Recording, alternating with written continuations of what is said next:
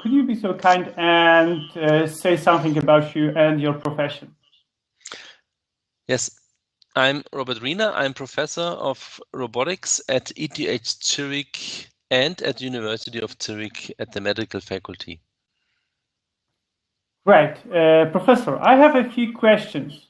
First of all, yesterday I was having a meeting with Joanny Pramsky, and she told me that there is a difference between androids and cyborgs. Could you say something about this difference? I think that everyone understands something different, and so it depends a lot how you define these terms, cyborgs and androids. Maybe some people and also this person believes that android is something which is closer to a robotic machine, and a cyborg is something which is a fusion between a human and a robot, or maybe more closer to a human. But I think it doesn't matter. I don't like to use these terms when we speak about humans who have something implanted. So my field is medical medicine and rehabilitation. We use a lot of technology inside the body to recover people's vision and hearing functions, or to recover gait and mobility functions. So we can implant something into the body. We can attach devices onto the body, and I do not call our humans cyborgs because I think they usually do not like this. I just call them humans, maybe humans using assistive devices.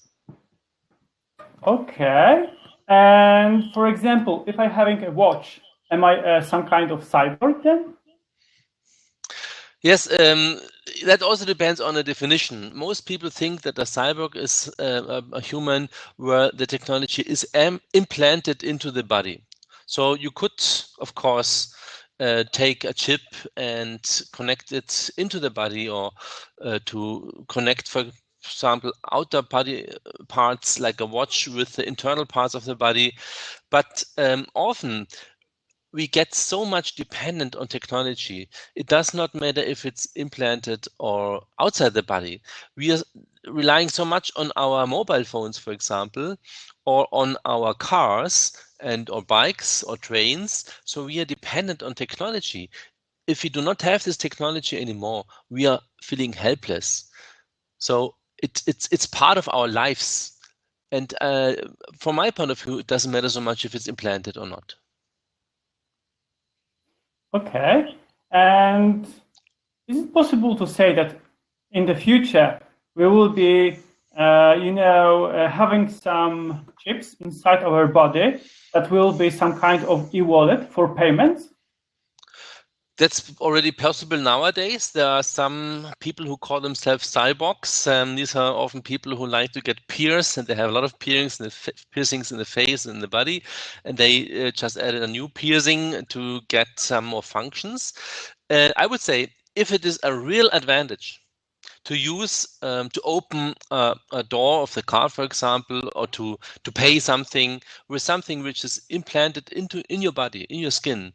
If there's a big advantage, and if this advantage is much less than the risk you have in implanting it, because whenever you open the body, there's a risk of infections, and you might get a problem, an infection, an amputation, or you might even die from this. If this risk is much lower than the advantage and the benefit, then it's okay. Okay, I understand. So the most important thing is to have a not big risk to implant some addition to your body, yes? Yes, that's the most important thing. And there are examples which are well known. There are implanted devices which are very common. For example, cardiac pacemakers, or endoprosthetic implants in the joints, artificial joints, or cochlear implants. And here the devices, they have to be implanted. Yeah? The cardiac pacemaker must be close at the heart. The first ones, they were outside the body because they were too big, and then you had cables entering the body, and that cables are a risk for infections and can be very dangerous and harming the patients. So these devices have to be implanted, and the implantation technology are quite established. The risk is low, and the advantage is very, very high, because these people could not live any longer without these devices, especially if it's a cardiac pacemaker. Okay, and how it's this, this new functions for the body, how it works with the brain. What's the impact for the brain, for the human brain? Yes, I think you refer now to technologies which can be implanted, and we have to distinguish technologies which are only have a rehabilitative aspect, which are compensating a lost function that we get back to a normal level, and there are devices which might enhance our body functions, that we get more power, that we get stronger and perform better maybe. And that can be treated in different ways. As long as these implanted technologies which are giving us enhanced functions are not harming ourselves, I think they are ethically accepted. And there are devices which can be implanted into the brain. For example, there are stimulators, brain stimulators, which are stimulating brain regions in patients who can then get rid of a tremor when they suffer from Parkinson or from epilepsy. And these are, of course, not enhancing, but they are compensating for a big problem these patients have. And other devices in the brain are brain-computer interfaces, where electrodes can record activity in the brain.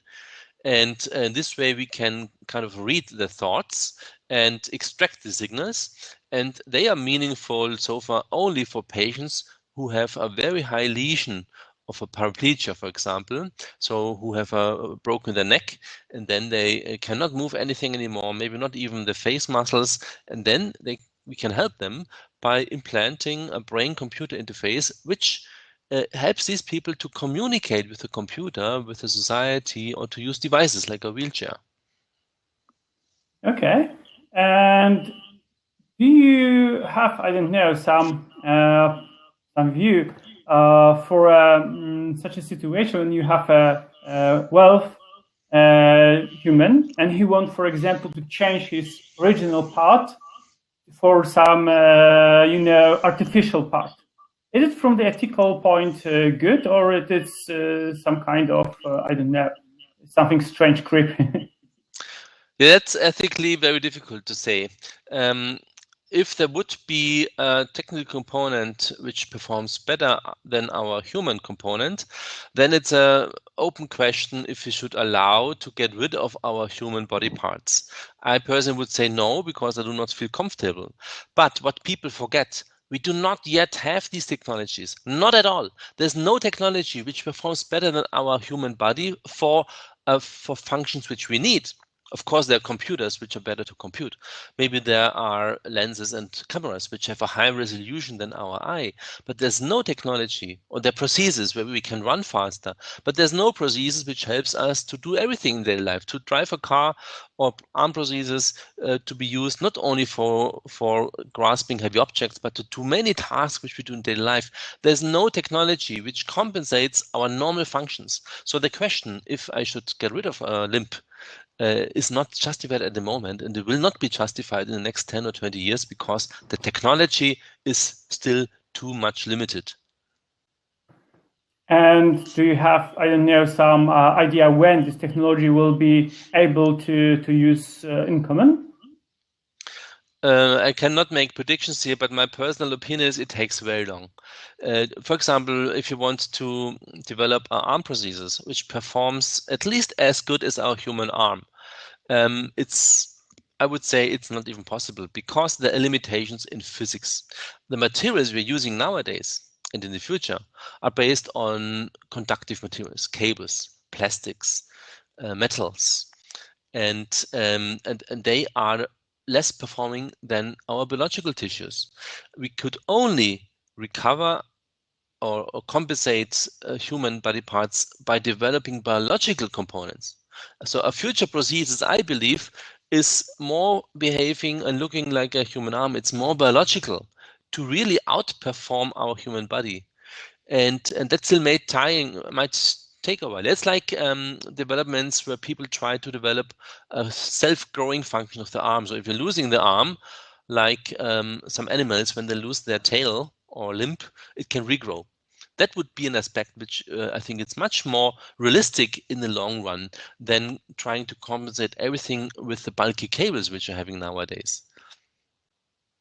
So the future from cyberpunk is for now only science fiction. Yes, if you consider cyberpunk as a technology where people implant chips, I think it's possible. It exists now, but the performance gain that people have is ridiculously low. And the risk they're doing is high because some of them might get infections into the body and may even die.